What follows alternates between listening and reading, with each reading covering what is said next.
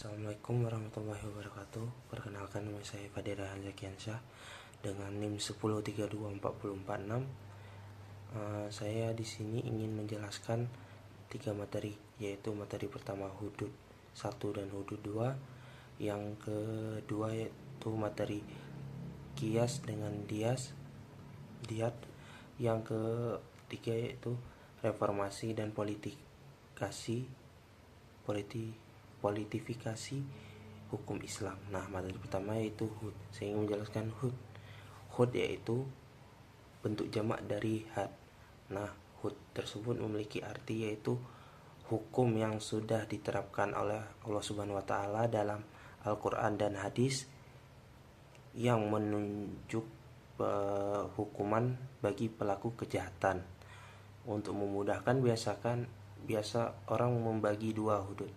Hudud pertama yaitu hudud pelanggaran atas hak Allah seperti zina yang hukumannya 100 kali cambuk bagi orang yang belum menikah, dan 80 kali cambuk jika sudah menikah hukumannya dirajam. Nah, yang kedua ada kadzab, yaitu menuduh orang melakukan zina tanpa bukti. Nah, biasanya itu hukumannya 80 kali cambuk.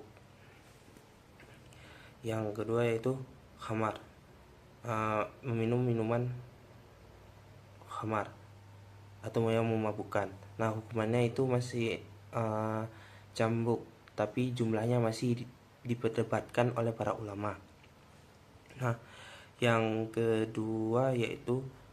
keempat ada pencuri. Kalau pencuri hukumannya dipotong tangan. Nah, hudud yang kedua itu pelanggaran sosial terhadap keamanan umum. Biasanya perampokan dipotong antara kaki atau tangan, disalib ataupun sesuai dengan kejahatannya, apakah dia melakukan kejahatan besar ataupun kejahatan kecil. Yang kedua yaitu murtad. Nah, murtad yaitu keluar dari agama Islam secara terang-terangan. Nah, ini hukumannya masih sesuai mazhab. Kalau mazhab Syafi'i, mazhab Hanafi, mazhab Hanafi yaitu jika lelaki murtad, dia akan dihukum mati dan diberi kesempatan taubat maksimal 3 hari. Jika perempuan murtad hukumannya tidak mati, tetapi sebagai gantinya dia dipenjara sampai masuk Islam kembali. Nah, mazhab Maliki, perempuan ataupun laki-laki ataupun perempuan murtad itu akan dihukum mati dan diberi kesempatan taubat selama 3 hari. Nah, mazhab Syafi'i, lelaki dan perempuan murtad akan dihukum mati dan diberi kesempatan bertaubat selama 3 hari. Mazhab Hanafi sama juga dengan mazhab Syafi'i, akan perempuan ataupun laki-laki yang murtad akan dihukum mati dan diberi taubat maksimal 3 hari. Nah, selanjutnya materi kedua saya ingin menjelaskan kias. Kias adalah salah satu istijhad dalam hukum Islam. Ia menggunakan kias yaitu untuk menentukan untuk menerapkan hukuman bagi kasus baru yang mengambil referensi dari hukum Islam yang sudah ada. Dalam kias ini memiliki 4 unsur. Unsur pertama yaitu hukum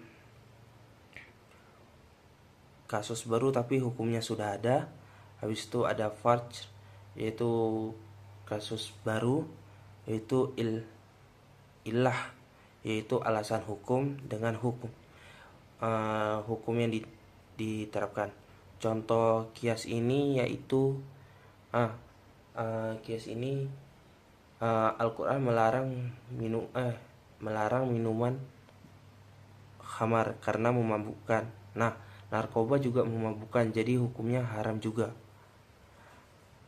Nah, selanjutnya saya akan menjelaskan diat. Apa itu diat? Nah, diat merupakan bentuk kompensasi atau ganti rugi dari pelaku kejahatan kepada korban. Nah, kenapa harus membayar? Itu sebagai bentuk hukuman lain dari qisas. Nah, diat ini ada beberapa jenis diat, yaitu diat utuh, yaitu untuk korban pembunuhan ataupun korban yang mendapatkan luka besar, dan setengah, sepertiga, dan seperempat diat itu untuk korban yang mendapatkan luka kecil. Nah, sumber-sumber diat tuh ada dari Al-Quran surat Al-Baqarah ayat 78, ada dalam hadis Nabi Muhammad SAW, dan ada juga pada ijma ulama. Nah, setelah itu ada reformasi hukum Islam. Reformasi yaitu mengubah kan reformasi berarti itu menunjukkan perkembangan zaman. Jadi kalau reformasi dalam hukum Islam yaitu perkembangan hukum Islam dari zaman ke zaman. Nah, kan kita ini di masa zaman yang canggih, gak mungkin kita memakai hukum Islam yang sudah di belakang. Tidak, itu lagi gimana ya? Tidak sesuai lah. Nah, di reformasi ini tujuan reformasi hukum Islam tuh ada beberapa, yaitu pertama untuk menyesuaikan dengan prinsip negara hukum modern, menegakkan keadilan substansi, menghilangkan diskriminasi dan ketimpangan.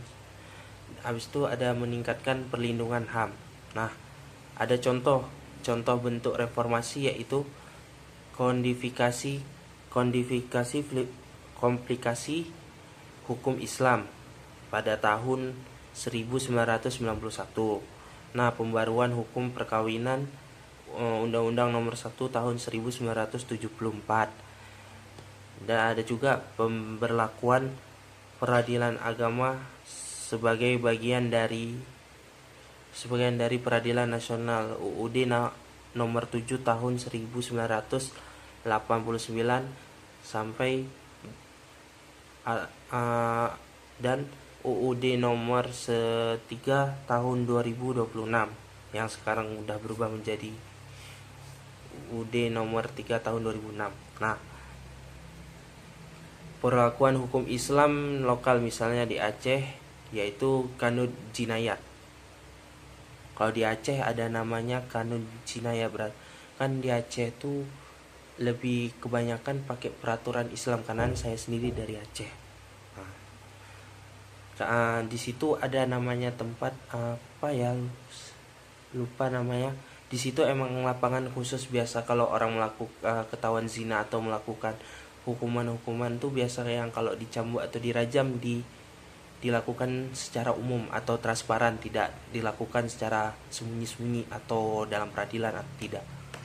Nah, biasanya yang mencambuk tuh ada orangnya sendiri khusus, bukan orang yang gimana ya, bukan abal-abal lah, memang ada orang khusus yang melakukan pencambukan tersebut.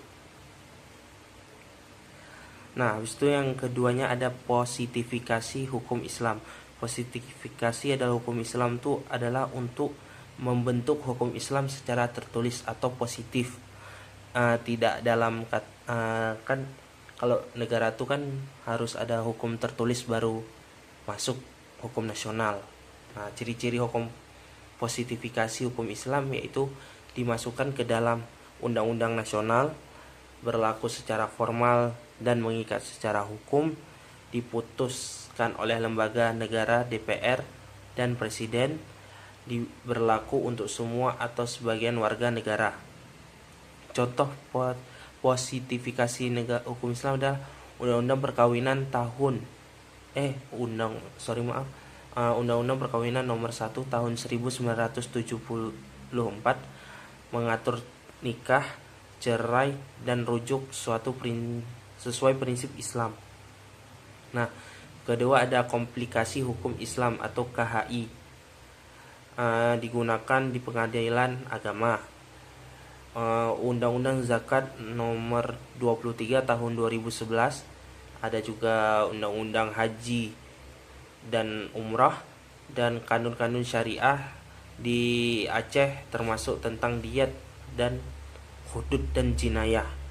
Nah, sekian presentasi saya tentang ketiga materi ini. Mohon maaf jika ada yang salah. Saya ucapkan wassalamualaikum warahmatullahi wabarakatuh.